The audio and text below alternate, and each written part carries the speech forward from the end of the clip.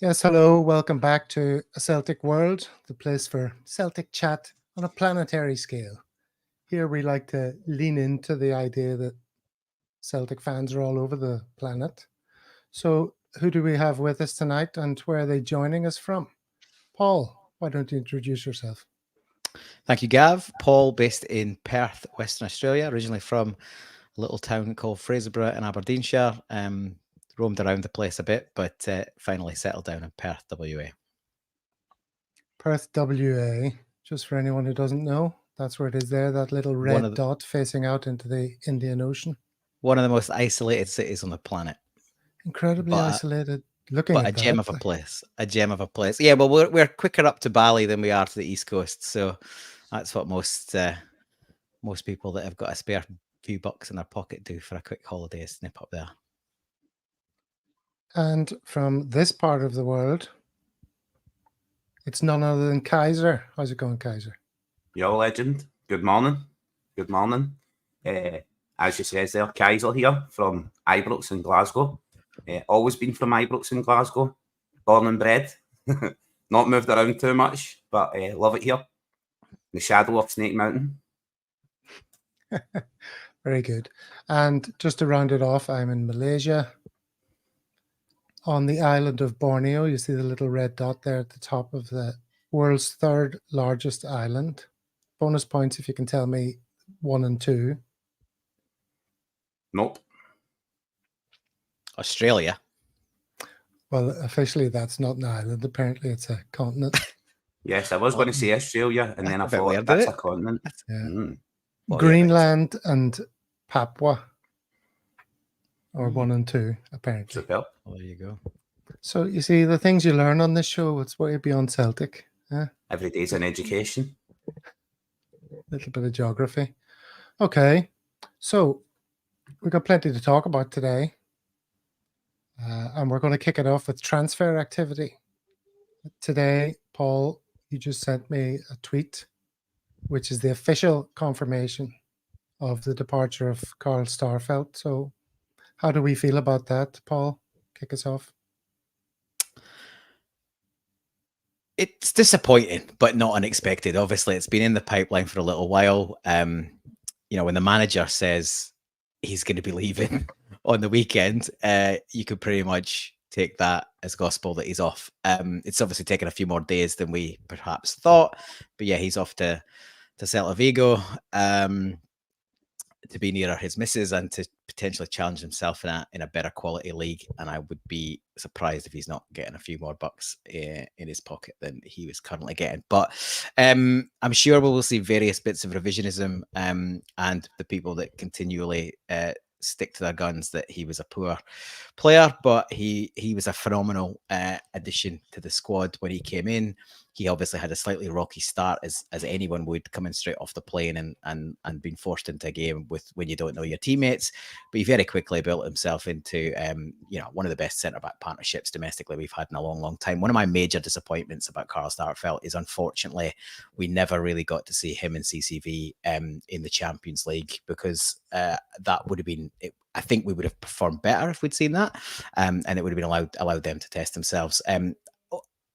I think the key thing for me is for the majority of the time he was with us, he was asked to play out of position, and he was still part of that centre-back pairing that I don't think ever lost domestically whilst they played together for 2 seasons. So go down, it's too short a period to say he's a legend, but he's certainly going down as a bit of a cult figure. It's been a while since we've had a centre-back that has defended his box as well as he has. Yes, he had his limitations with the ball at his feet, but he was an excellent stopper and centre-back. So yeah, he'll be missed. Hopefully he's quickly replaced. There's a few being discussed, but yeah, he will go with my best wishes, and I'm going to understand why he has decided to do what he has, given the other things going on in his life. Wow, well, that's an incredibly full answer. Very good. You've obviously done this before. For anyone who doesn't know, Paul appears on Celtic Down Under. That's where we got to know each other, and indeed Kaiser as well got to know Paul and myself. So it's obviously not your first rodeo, Paul. That was an excellent answer. I'm not sure what else remains to be said. Kaiser, what can we add to that? really, I would like to just echo exactly what Paul says. If I had a missus, and I do have a missus, but if she firmly looked like Jacinta, I would cross the world to be with her. And he's also, I do think Celtic should have sold Jacinta to Babe Station for like 56 million. Then we could have got a 10-minute free view. Everyone would have been happy. But as it happens, she left the club. 100% echoing what Paul says there. I think when Carroll came into the squad, excellent player. He did play out of position, was playing on the left-hand side of centre-back, and he was largely covering Greg Taylor when Greg Taylor was inverting and pushing forward. Did seem to become a bit of a whipping boy for some fans, while his performances and how he actually played overall didn't really deserve it. Thought he was a fantastic player, fantastic servant for the club, and he will be missed. Part of as you say, is a resolute defence. Sometimes a bit rash in the challenge. He tended to dive in when he could stand off, but aggressive player, and he'll be missed. I do hope we move quickly to replace him. Well, before we get on to his replacement, I think there were some interesting words from Brendan Rodgers about the whole Carl Starfelt situation. He did seem to suggest that he would be on bigger money at Celta Vigo, if you read what Rodgers said. And he also said, look, players all the time make decisions based on what's good for them and their family. So you see some sort of Celtic fans going, he's not moving because of a bird. No way. As if, I mean, we don't know how serious their relationship is. It appears to be relatively serious. She might be his future wife and mother of his children. We don't know. You never know how these things go. But he's not exactly giving up his career or any of that sort of talk. He's going to have to play in La Liga, for goodness sake. Mm-hmm. You have to play against Barcelona and Real Madrid a couple of times a season. It's not exactly it's not exactly a backwater, is it? So, and look, I think we all move jobs, countries, places for personal reasons, and it's one of them. I don't think it's the sole reason, but it's obviously a part of his thinking. And he's 28 years old. He's got an opportunity to play in La Liga potentially for more money and be closer to his missus. Like it's a bit of a no-brainer. Like we've always got our Celtic hat on, but you take that off and you see why people make decisions, and it sort of makes sense. Look at what Mark Antony done for Cleopatra. You know what I mean? He dissected an empire to move closer to a beautiful woman. Anyone who says that they don't consent or they don't consult with a partner obviously does not have a very healthy relationship. You know what I mean? We all take that into consideration. If your partner was moving or your partner has moved for work reasons and you get that opportunity to move as well, you're going to move. And also, it's not like he's stepping down. He's playing at a very high level for a very good team. You know what I mean? It seems to be a no-brainer. I did expect that he would go anyway. Being 28 years old, he is reaching...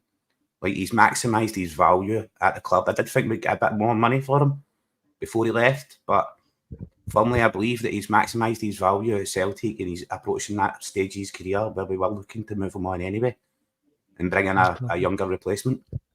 There was a bit of debate. I had a bit of debate with a couple of people on Twitter about the fee, and people saying, we've shortchanged ourselves. We should have held out for the highest fee. And I sort of said, well, we've got a very limited geographical market to sell him in because there's a personal angle to this as well, and the club are obviously doing the decent thing and saying, well, you've been a good servant, we'll try and make this as easy as possible and get a decent fee without holding out for top dollar. Look, I was on record as saying we should have been getting closer to between 5 and 10 mil for him, as opposed to, I think it's ended up at 5 million euros, so it's a bit under 5 million pounds. But obviously the club have decided that's good enough, and they've rewarded his loyalty with a bit of a decent, being easy to deal with. So there's only teams in Portugal and Spain really that were probably in the mix. So by all accounts, Spain and Spanish teams aren't paying the dollar that they used to. So it is what it is. It seems that way to me as well, Paul. Like, seems for me the club is firmly stood by the player. He could have demanded a move, continued to demand a move, and did what some other players are doing, refused to accept a payment deal and be paid off, and remaining at the club like a Jetty is doing. You know what I mean? Refusing to go. It seems at this stage anyway, but it looks to me that the club's been resolute and stood by him. Sorry, Gav, you just flipped me about there. I'm flicking you about. I'm trying to share I'm this expecting screen. something exciting. I don't know why I it's think not there's coming something up. exciting There we coming. go. Oh, here we go. There we go. Talking of the geographical restrictions, here is Celta Vigo in Spain, and it's just above the border with Portugal. Mm. She's down here in Lisbon. And if you look sort of, people are saying, it's 4 hours drive between the two. And you can And fly in why 3. you could fly and all that sort of talk, but it's different flying, obviously, checking in and airport time and all that hoo-ha. Whereas they could meet somewhere in the middle, say like Coimbra. So I did a little research to see if I could find any exclusive little hideaway love nests for them. Look at this. Beautiful. Nice, discreet little hotel, high class. You could imagine them doing some keepy-uppies out there on those neatly clipped lawns. Gav, you're selling it to me. I want to move there now. Yeah. I don't think there'll be any trouble doing keepy-uppies in that room. No. Get my drift. And there they could have their breakfast there out in the shade, replace their vital juices. Stars will be felt. And even play a few holes. So Yeah. there you go. That's where the paparazzi are all going to be flocking to now to see that beautiful couple. Well, you've leaked the news, Gav, so it's the poor couple are barely going to get a second back in each other's arms, and there'll be long range lenses in the bushes. Oh yeah, and maybe in the grounds as well. Okay, well, I did. I have a Celtic karaoke in honor of Starfelt, which I thought we were going to be able to play throughout the season. I didn't realize it was going to be a farewell. This was created during the off season as well, so it's maybe a little bit prescient. Would you like to hear some Celtic karaoke? And before I do it, it's called Celtic karaoke because, like karaoke, you're not supposed to expect the vocals to be too awesome. I was criticized a bit last week, Kaiser. Did you hear that Dano suggesting that the vocal stylings were a bit subpar? How dare he? I think Big Dano works on Korean radio, so he's surely heard worse vocals than them. He's comparing me to BTS. Anyway, maybe you've got maybe he thinks you've got no future in K-pop. So yeah, you've got the six pack. You've got the 6-pack, Gav. We'll just need to settle for that. I think he might be right.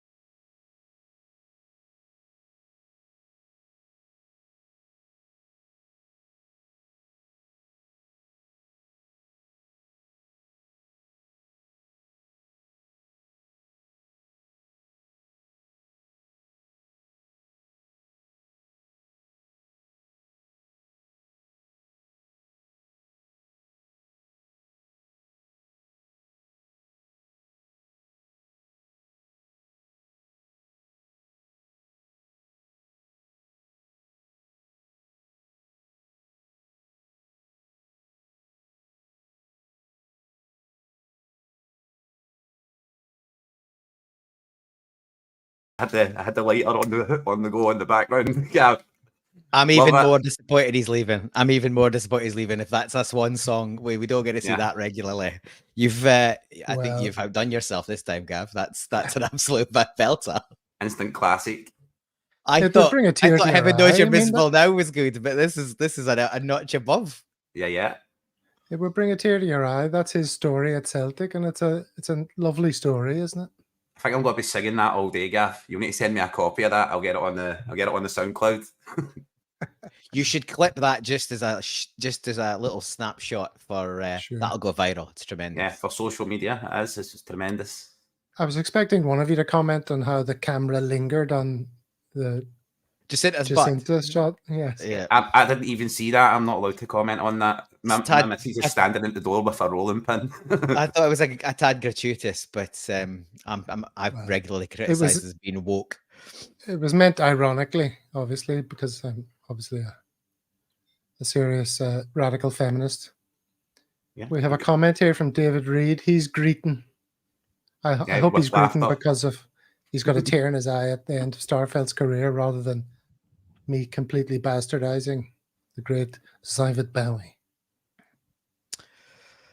Oh, you were not the first person to take Bowie off, so I thought it was a pretty humorous version. So I thought it was epic. Okay.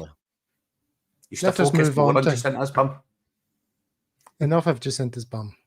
you started it. Never enough. Let's talk about Carl Starfelt's replacement. You mentioned that earlier, Kaiser. A lot of talk about another Swedish centre-back joining the club. What's your take on all that speculation? For a start, I won't even try to murderize the guy's name. I know he's got Lager in his name, so Well, that's let me enough help for you. me. Yes. Let me help you with that. Lagerbielke, fin brytning. Lagerbielke. Right, Lagerbielke. Lagerbielke. Good effort. Yeah, I believe question was put. I watched Brendan's post-game interview, pre-game interview, and leading into the Aberdeen game, and he's obviously was asked a question as to the level of Celtic's interest in this player, and he played it down slightly. He didn't he has been very forthcoming and just putting it out there and telling us, yes, we are going for this player. Yes, there is interest. With this one, he seemed to play it down and say that there was other players also on the radar. So I'm not fully invested in, this is the guy. I know he is a right-footed, left-sided defender. So he plays on the left side of centre-back while being right-footed. I do think he looks like a really good player. Excellent height. Good in the air. I believe he's scored a couple of goals this season already. So, yeah, keen on the transfer. I think he looks like a bit of a baller. But with the way the manager played it down, I believe he is keeping his options open and maybe looking at some other people we don't see coming. Well, there is that other fella whose name Paul's going to say. He's not looking at. Is it no? Mwumbabe or something? He said the Dutch lad. I'm going to call him the big Dutch lad Dutch for lad. now until we've had Yeah, some I mean, confirmation. Isn't that Brendan just not wanting to give too much away, not wanting to suggest that he's got a first choice and a second choice in case one falls through? I would have thought so. And there's an argument for saying you could do with both of them, to be honest. I feel like if you're playing in Europe and you're going for 3 domestic trophies, you want 4 quality centre backs, especially because Brendan's got the potential to mix up formations and go 3 at the back, which we know Ange would never have done. His plan B was do plan A better, and that phrase has been bandied about quite a lot. But it's valid. Whereas Rodgers has mixed up formations down the years, and we could well see him doing that again. I can't see how he can play 3 at the back with the current squad, because there isn't really 3 quality unless you drop somebody like a Wata in the middle of Nawrocki and CCV. So I've seen a little bit of him. Obviously, the YouTube clips can make anyone good. We don't want to get too excited on that, but he's the right profile, right-footed, left-sided centre back coming from Sweden. It's like he's ready-made swap for Starfelt. Although the Swedes that I've seen commenting on social media seem to be saying he's better than Starfelt already, and he's about 5 or 6 years younger. He has a cap already.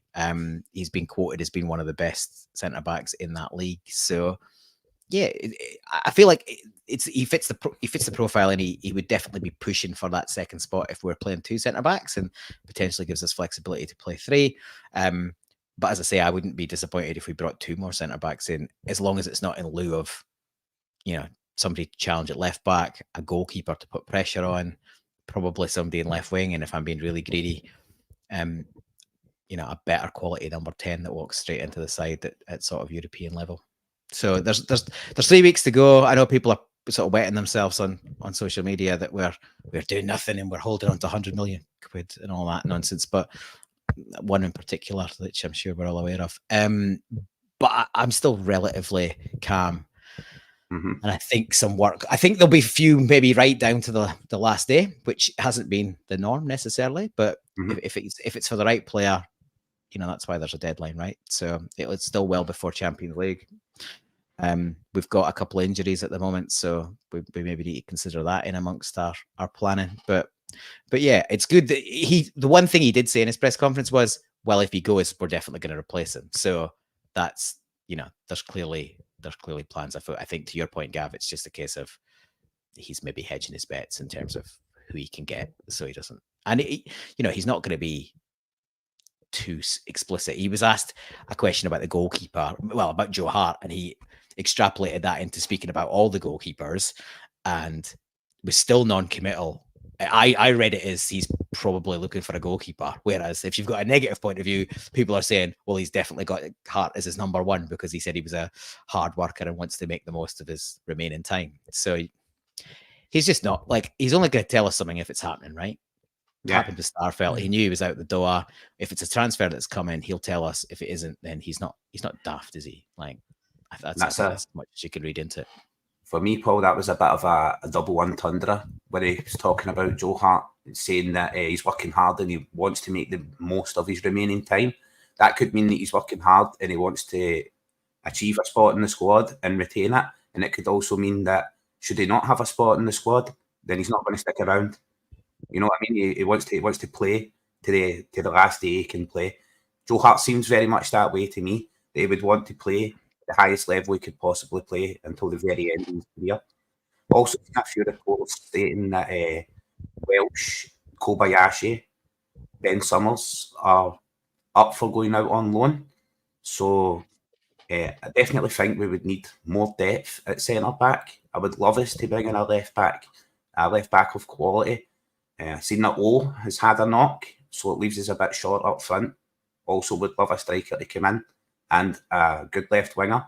Although the Tilio, I believe, plays on the left wing or can play left and right wing, and we have not seen exactly what Tilio is bringing to the party yet because he's been injured.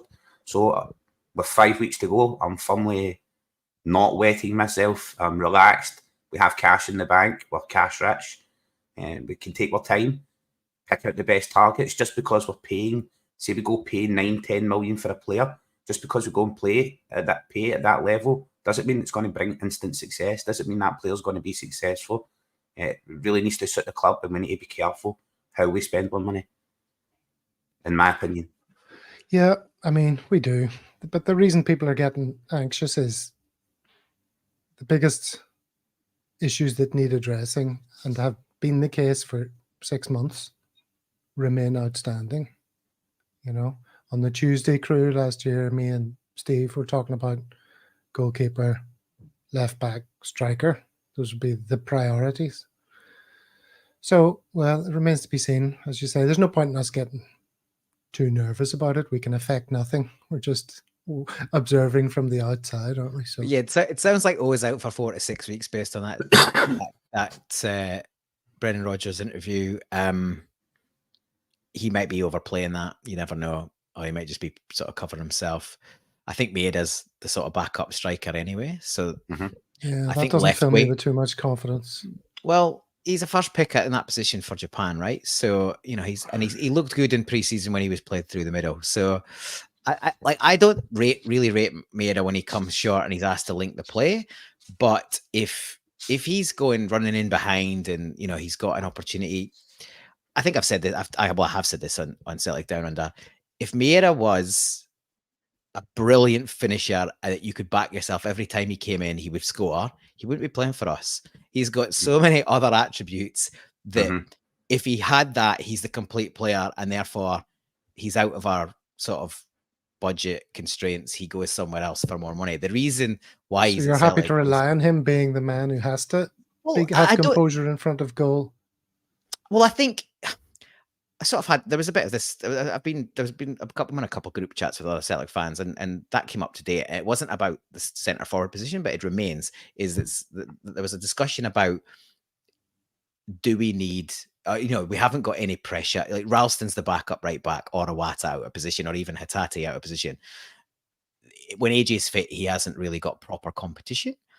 And I sort of said, playing devil's advocate, do we expect to have 22 players that are a Champions League quality? And I think the answer to that is, well, probably it would be lovely to have it, but I don't think we can expect it. Mm-hmm. But so it's that thing between where do we build the backup that, because let's be honest, everybody wants to play. Unless you're just there for a payday, everybody wants to play. So can you have 2 people in every position if that's their only position? If you're a midfield, right, you might be flexible. If you're a winger and an attacker, you can probably put 2. But if you're a centre back or a full back, for example, and that's your only position, are you happy to be the backup if you think you should really be the first choice? So there's a bit of a balancing act to be had there. Striker, it's obviously a key position, but it's also one of the hardest positions to fill. And yes, you would say if you play a single striker, you probably want 3. But if you are the third striker, are you that happy unless you're really young? Or would you rather be somewhere where you're going to get a game more often? So I don't know. I think it's a difficult balancing act. If O's injury was really long term, and or if we lost Kyogo long term, we definitely need more. I just think in terms of where you spend your money, there's other places I'd spend it before I'd spend it on a centre forward right now. Okay, well, before we move on from the transfer activity issue, Gustav Lagerbilke and Karl Starfelt. If you combine their names, you get Karl Lagerfeld from the world of fashion. Speaking of fashion, anyone else pleased that Fashion Sakala won't be running at the left side of our defence this season? He's one of the only Rangers players that ever made me nervous last year. He's missed Sittles, isn't he? Yeah. Miss Sittles, like Miss scored Universe. those 2 goals, yeah. Yeah. So, was he an attacking threat? Yes. Was he a good threat for them? Yes. But he was very much of the same ilk as Maeda. He could generate a fantastic position and then rifle it past the post 9 times out of 10. But there is always that one time where he'll finish. Quite happy that he's going. For all that's worth. Happy that we'll not be facing that challenge running at us. So, yeah, really. Yeah, I think that says more about the left back position or the left side of our defence. Maybe that a player of his kind of average enough status could have caused us so many, heart I think heart his and pace mouth was moments. his main asset. He has electric pace.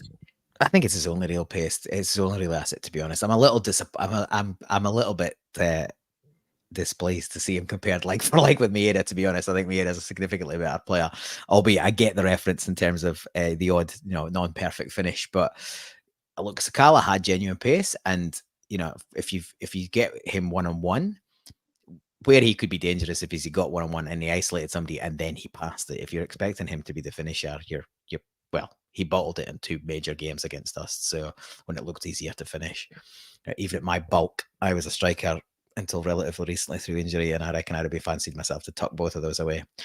Wouldn't have had the pace to get into those positions, mind you, but purely on the finishing, I reckon I could have tucked those away, and he was pretty poor. Well, speaking of strikers of significant bulk, what do you think about West Ham's Michael Antonio being linked with a possible move to Celtic? Does that excite you? It's nonsense, isn't it? 32 years old, 70 grand a week. It's just lazy paper talk, hoping to get a hook on social media and get viral. I can't believe a man of your intelligence has raised it, to be honest, Gav. But you I wanted to hear what you have to say about it. I wanted to hear what you have to say. But man, the thought of his big, broad shoulders filling the Celtic strip and him putting himself about up top, that doesn't get you excited, Kaiser? It'd been a handful, but I don't think it's going to happen. I think he's firmly outside of what we're trying to do at the club. He's way too old for a start. Half decent player, yeah, but really for what we're looking for, if, for instance, right when we were talking about the striking position, O seems to have taken this knock and could be out for 45 weeks. Kyogo seems to have this ongoing shoulder issue that seems to present itself every now and again. He'll fall over and we'll take a look at his shoulder and we'll be like, is he going to be okay? Is he not going to be okay? So it is one of the positions where I do think we need reinforcements or backup in that position. So I believe that we should be going for a better quality player. Younger, definitely. Someone as Paul says, a younger player who's going to be happy at times to play second fiddle and come in and compete for positions. A player with the ability to drop back and link up the play. So we've seen players like Kyogo and even O dropping back and linking up the play, and I'm really liking the look at it. So I'd be hoping we would go along those lines. So Yeah. I think it is basically just paper talk, looking for trending, looking to be trending, looking for clicks. You know what I mean? Well, Simple as that. I would only say I totally agree with you. He's not the kind of striker we should be looking for. But if it's nobody, if it's no new strikers coming in, or you get Antonio in for a year and he takes a wage cut and he can play in Europe again, you know, I wouldn't be averse to that. But let's move on before the comments flare up and everyone hates me. We're 2,000 strong on the live stream, so you know, comments are flying in thick and fast. It's like the end of a movie, just going so fast, I can't keep up with them. All right, let's preview the match away to Aberdeen, as is the title of this this stream. Do we think this could be tricky? You know, after all the enjoyment we've taken from them slipping up, as in the other side of the city in the first game, it wouldn't be good if we did something similar in the second game of the season, in what on paper could be one of the season's tougher games. So what are we expecting to see at Aberdeen? Any significant lineup changes for you, Kaiser? Well, no, not really. I'm hoping that we go in with the same team that played. I hope to see Turnbull again. His goal scoring threat from outside the box and stuff. I do believe this will be a very stern test, especially the second game, just the second game of the season for us, and it's away at Pittodrie. Always historically a very hard ground to go and play at. Aberdeen, not really investigated Aberdeen or took a look at them, but I know one thing is they'll be well organised, they'll be fit, and they'll be defensively strong. So expecting a stern test, and it would be a bit... the pendulum would swing, as tend to happen if we were to slip up in this game. So, off the back of the Rotten crew playing last night and getting a little bit of a result in Europe, visas permitting, you know, they'll be on the upstep, on the upbeat. They've had a slip up, and hopefully, like, they'll be hoping they can go forward and continue and stride forward for there and start winning in the league. I'm just hoping that we continue our form that we have set for the first game, and if anything, get a bit better, get a bit sharper, especially at the start. Yeah, Yep. like Aberdeen, okay, they finished third, but they were a distant third in terms of points. Different league, really. And on paper, it's a hard game, but our record there is very good. So, Paul, are you expecting a Doddle at the Dons? I don't know if it'll be a Doddle, Gav, but I was about to say, and you sort of beat me to the punch, that our record is really good there. They started at Livingston, obviously not a great place to go, but it sort of follows their form last year as they got a 0-0 draw. I don't think they had a shot on target. Their fans were obviously quite positive and excited about the start of the season, and then some of the same old frailties have come back into view. But they've got a good record at Pittodrie, albeit not really against us. So, yeah, I think the major issue is that it's so early in the season. But we don't know exactly some of our looks like Kaiser's having a Sneezing, sorry. hay fever fit. Like the professional he is, he managed to mute. He did mute it. That was excellent work. But yeah, so I think be interesting to see the lineup. So there's a lot of arguments for saying leave it as is. Fitness could come into that. Obviously, Abada took a knock when Rodgers covered injuries in the pre-match conference yesterday or today or whenever it was. He didn't mention Abada's injury at all. So maybe it might have just been a bit of a contact muscle injury, and he's fine.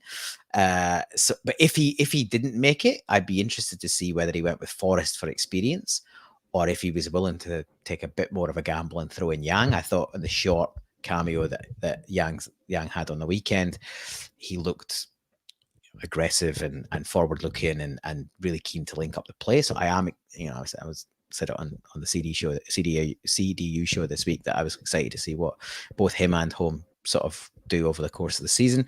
You know, I'm going to be slightly contrary and say it wouldn't be completely shocked if Rodgers shuffles his pack and maybe, despite a man of the match performance by the sponsors and most other people, I would have given it to Kyogo, but Turnbull, maybe could he lose his spot to Hatate with his engine and his work rate on an away match, and maybe use Turnbull as an impact player in the second half?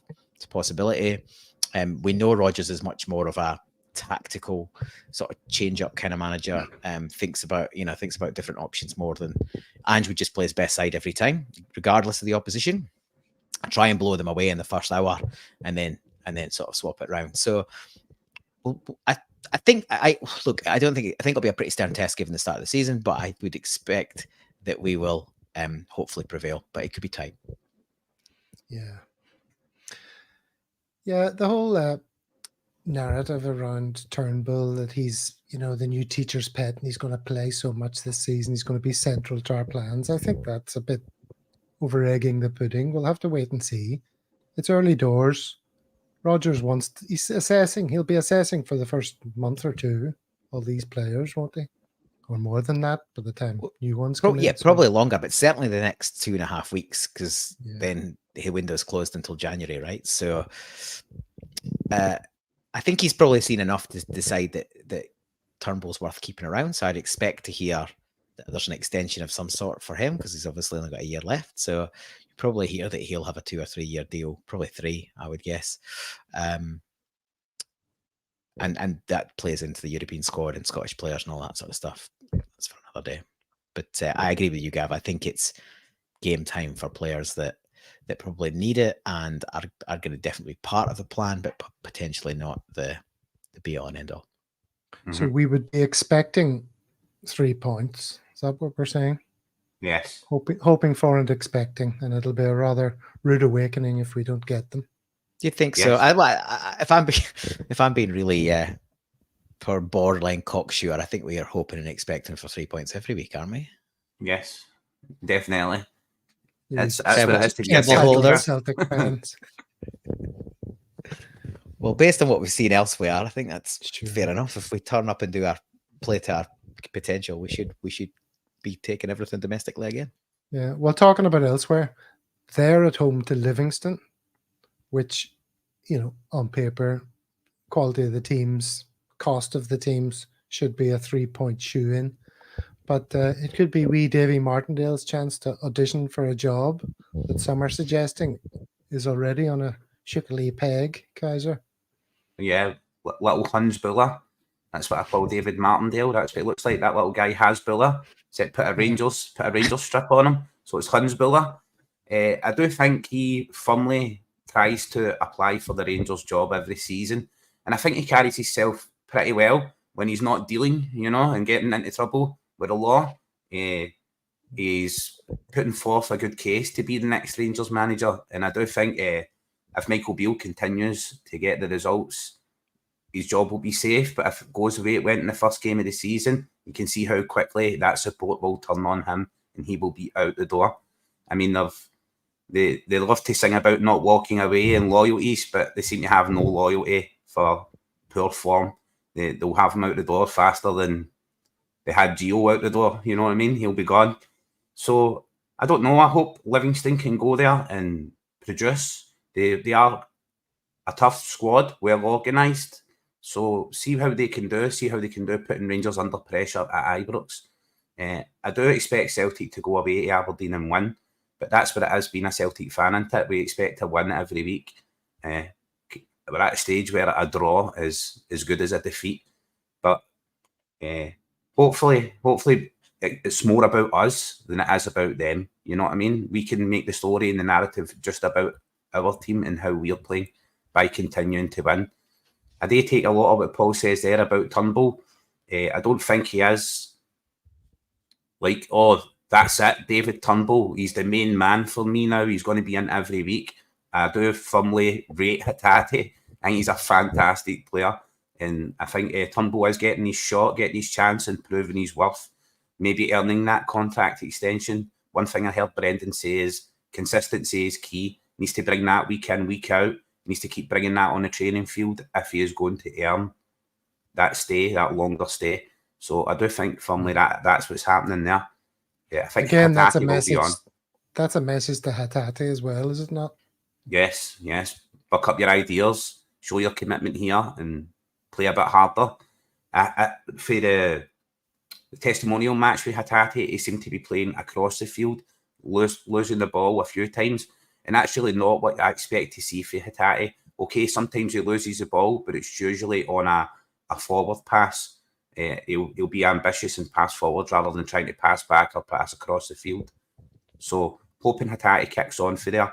Like we said on the last show, is Hatate off form? Well, he hasn't really discovered his form this season yet. So I would sort of play along the lines of that's still to be discovered. He's still to come in and maybe he gets his chance at Pittodrie and comes in and plays well. He is a very hard-working player, very forward-thinking, and he is gifted. Are you worried about Hatate, Paul?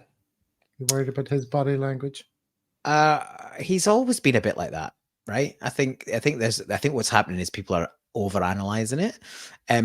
It's no secret. So I think I've said this before as well elsewhere. It's no secret that he's got ambitions to play at a higher level.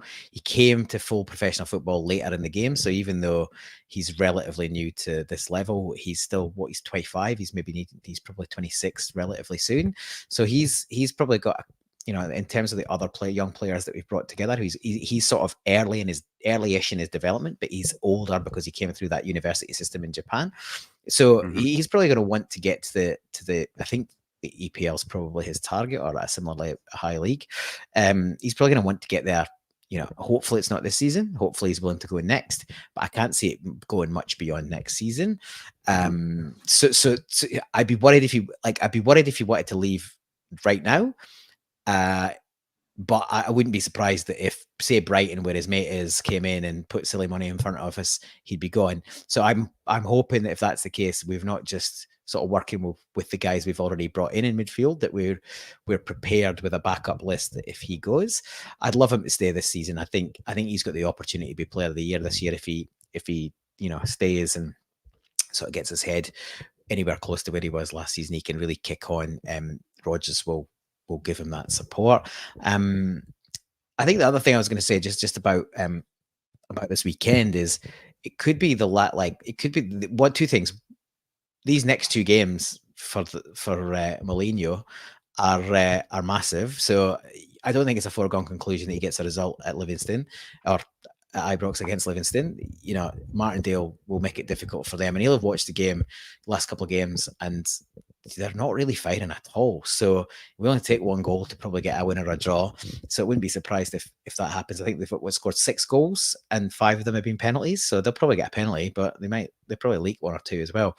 But either way, this could be the last weekend that they're playing ahead of us for quite some time, because if they drop into the Europa League while we're in the Champions League, then they're going to be playing Thursday, Sunday, and we'll be playing Tuesday, Wednesday, Saturday.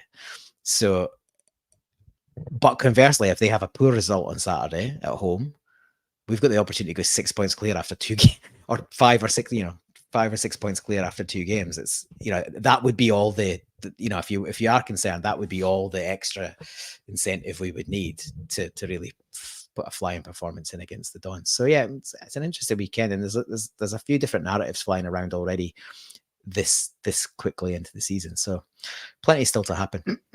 Yeah, well, one other narrative surrounding Brendan Rodgers and what players are going to thrive under his guidance. Matt O'Reilly is the one for me. We've seen in the last couple of games a couple of moments at either end of the spectrum from him. One was his gorgeous little cushioned assist for Bernabé against Atletico Bilbao, was it? Mm-hmm. And then in the first game where he had a chance and he's through on goal, and you're thinking, come on, Matt, just stick your laces through it. And he did, and he never used to do that, it seems.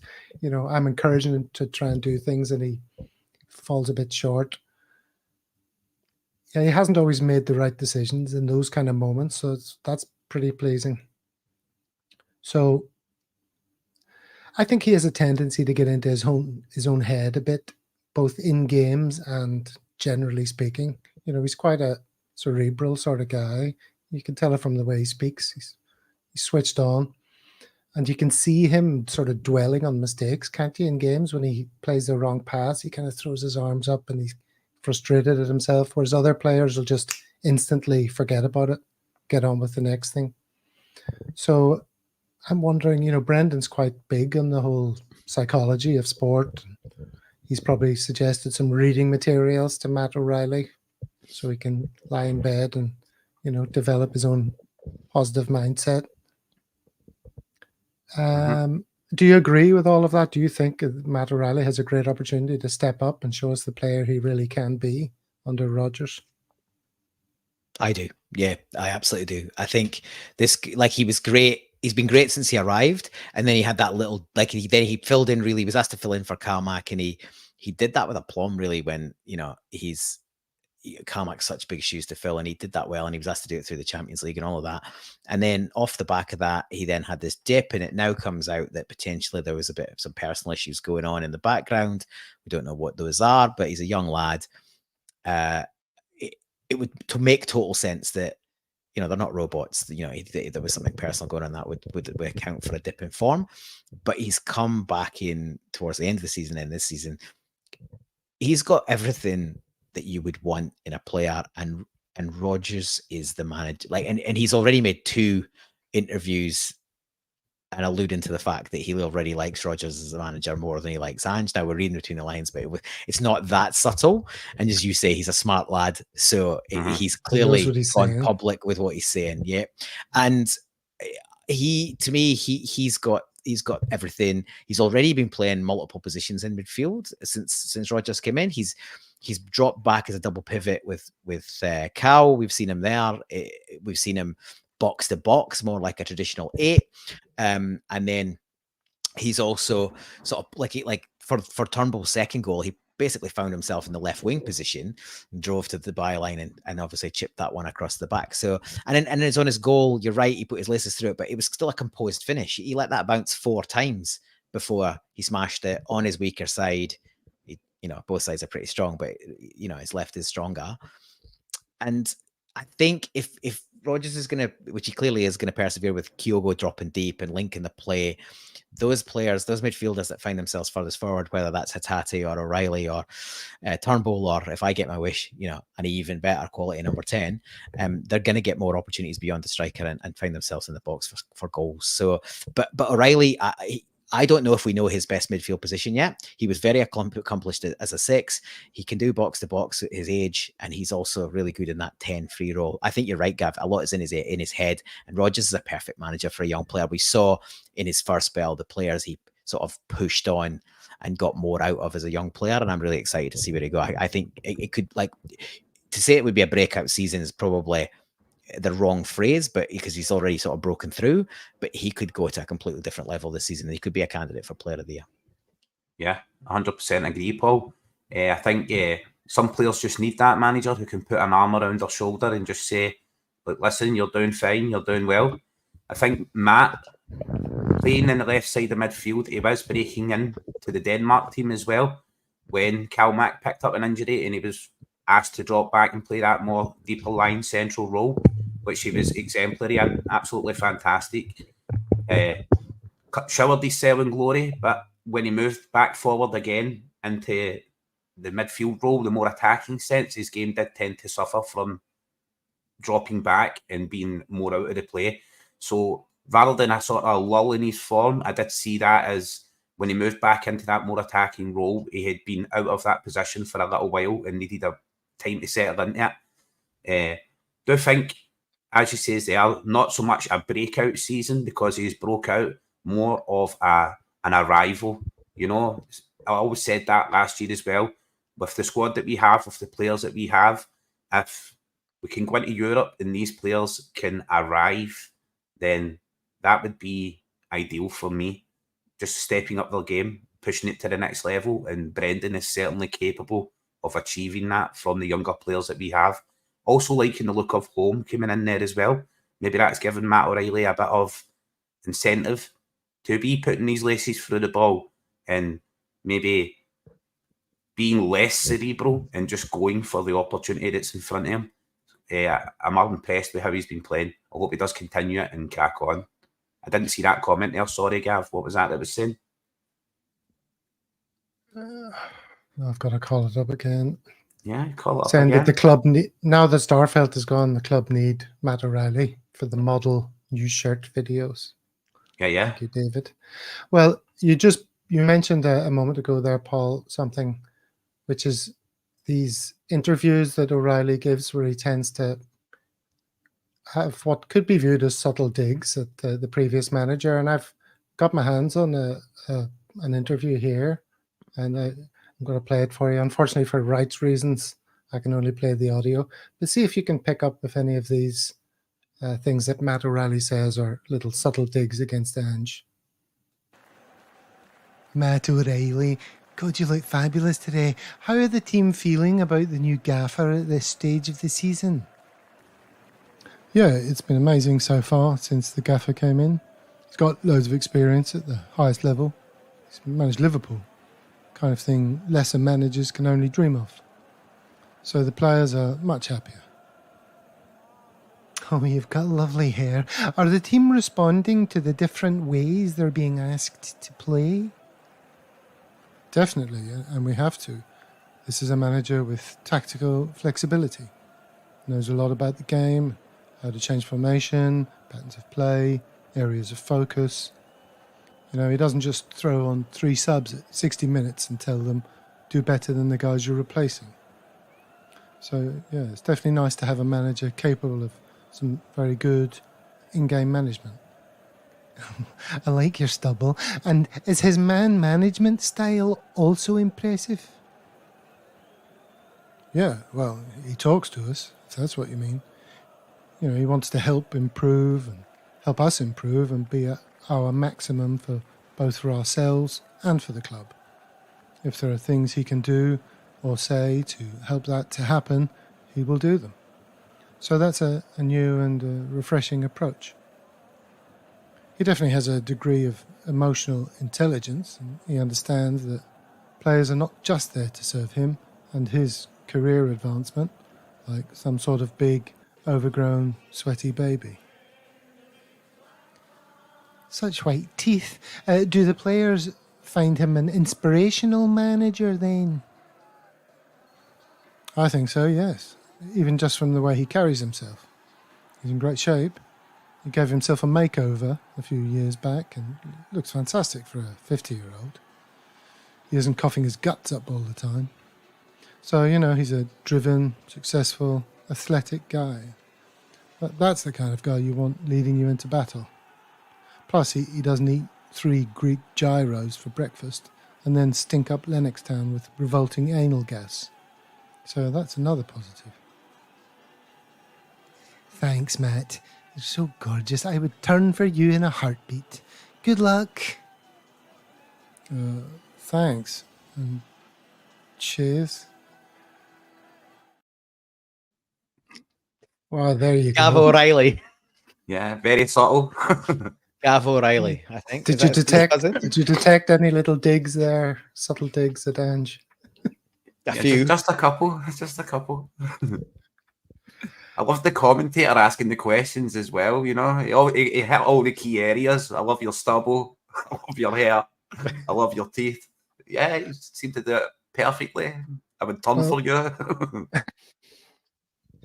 Yeah, there's quite a lot going on in that little interview. I think, you know, people could be doing theses on it at university in years to come. Theses, yeah. I have to pronounce that correctly. Yes.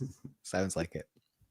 Okay, well, there you go. Matt O'Reilly adding grist to the mill when people say he prefers Brendan over Ange. I think it's pretty clear he does. And as we discussed seriously a moment ago, Brendan's going to be amazing for him as a player. You know, he's all about the player development. Okay, well, look, we're coming up on the hour, so we better quickly move to social media recommendations. I've got 2. And I'm going to share the screen here and show you my one first, I think. This is from Fitzy on Twitter. Happened on a weekly basis last season, and it takes UEFA to give a penalty against Rangers for a handball. You saw this. Now, that would not be given in Scotland, would it? Probably not. I did see comments from the defender saying that they had a meeting with the ref, and the ref says if the ball deflects off another player and then hits your arm, that penalty will not be given. I think, I believe that's Suter jumping there at the front post. Yeah. Right. The ball barely makes contact with his hair, and It the does, defender though. throws a right arm at it. That's that's hilarious to insinuate that that's not a penalty. That's firmly ball to hand, you know. That's It not, does come off. Is that not Barisic? It comes off his head. Yeah. I thought it just grazed his head if you were lucky. Well, And it it's just okay. looks like the player flails an arm at it. Yeah, he still throws an arm at it in the penalty box. And this is a bit of wholesome. Can you hear the volume? Did you hear the volume on that last one? Nah, no volume on that. No. Gab. Oh dear. Well, we need volume for this. So why don't you talk amongst yourselves for a moment? Oh yeah. You fix the volume. Me and Paul just discuss any relevant issues. What did you think of that Matt O'Reilly interview there, Paul? I thought it was actually going to be the Matt O'Reilly interview, but it seemed like it was potentially a couple of actors involved. There was a Gav O'Reilly in there. I think, as I said, I think Gav O'Reilly and Gavo interviewer. But yeah, it's. I think. Is there no end to Gav's talents? Singing, presenting, interviewing, acting, impersonating. Yeah, I think acting is a stretch too far. I think that's a very generous term. Yeah, you seem to be doing well there, Gav. I was trying to take a little look on social media and see if I can find a couple of pics to throw forward while you're getting that sorted. No, it's ready now. Right, we're ready then. Let's go. Tell me if you can hear this. Nod if you can hear it. Shake if you can't. Wait, I fix this cat. Oh, it's in there. Thank you. Yeah.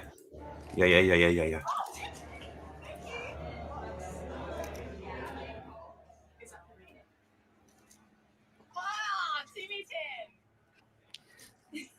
Oh, I'm so sorry.